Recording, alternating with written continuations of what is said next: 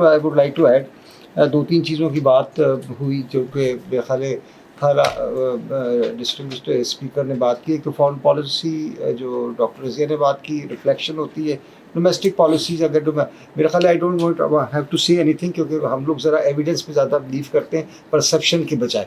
तो हमें जो है ना वो देख लेने चाहिए। हमारे जो डोमेस्टिक पॉलिसीज़ होती हैं तीन ही एंगल पे बनती है। एक सोशल पॉलिसीज़ होती हैं, इकोनॉमिक होती हैं, पॉलिटिकल होती हैं। सबके इंडेक्सेस मौजूद हैं और where we rank that shows our picture.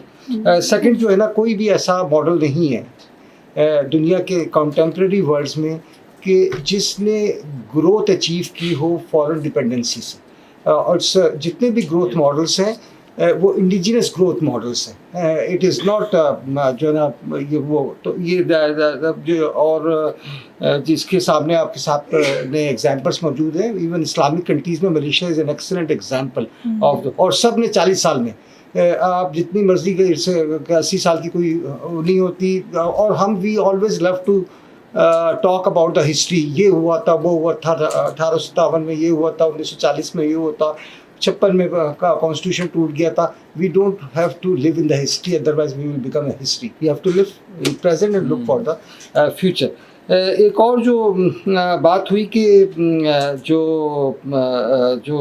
एक हम इमीडिएटली बूस्टअप वो हम लोग न्यू पॉलिसीज़ बनाने में और न्यू स्ट्रेटजीज़ बनाने में बहुत एक्सपर्ट हैं। विदाउट लेसन लर्नड और एवेल्यूएशन जो है ना वो पुराने, like I give you an example, doctor Razia ने विजन 2025 की बात की थी विच केम आई थिंक इन 2015 और उसमें 7 पिलर्स थे। और one of the bottom line उसमें कि we will become a 25th biggest economy of the world in terms of the volume of the GDP।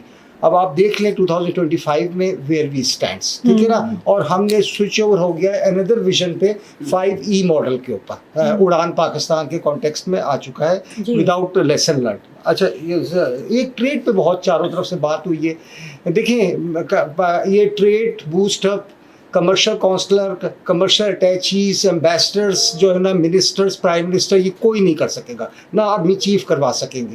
Otherwise SIFC बहुत कुछ कर चुकी होती।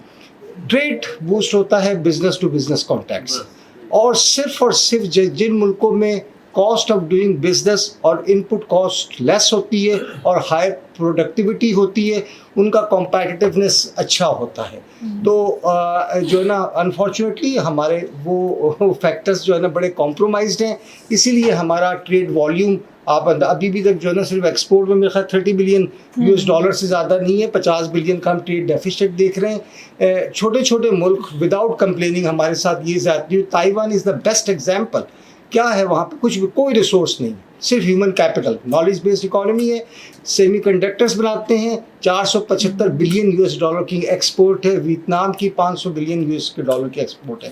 तो ये एक जो है ना हमें we have to live in the reality, और वी हैव टू, जो हमारे पास स्ट्रेंथ है, मेरा ख्याल है बाबू लोग नहीं है, ब्यूरोक्रेसी नहीं है, फौज नहीं है। The best interest is the human capital, जो कि 60% यूथ मौजूद है। इस टाइम सारे हमारे इंडेक्सेस लो हैं सिवाय एक इंडेक्स के वर्ल्ड वाइड, उसको कहते हैं फ्रीलांस इंडेक्स।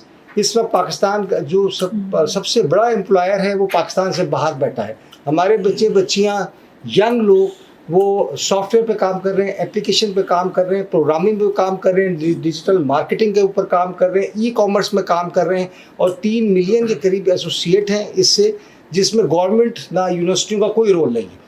और वो इस टाइम जो है ना 3.2 बिलियन US डॉलर, ये तो सिर्फ जो है ना बड़ी कंजर्वेटिव सी फिगर है, और वो उससे कमा रहे हैं। तो we have to focus that resource instead of.